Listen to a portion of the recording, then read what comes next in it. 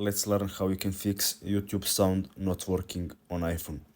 The first thing you should check if your volume is up. So to check this, you can just click on the side buttons to increase the volume, or you can enter Control Center and go to this slide bar for volume and just set it to high.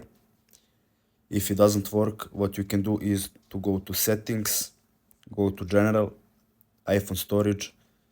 Here you want to find your YouTube application and click on this blue offload app button. So this pop-up will appear. You want to click offload again and reinstall the YouTube. Now, if it still doesn't work, what you can do is to check if there is any update for YouTube application, because it may cause errors. So you want to go to App Store.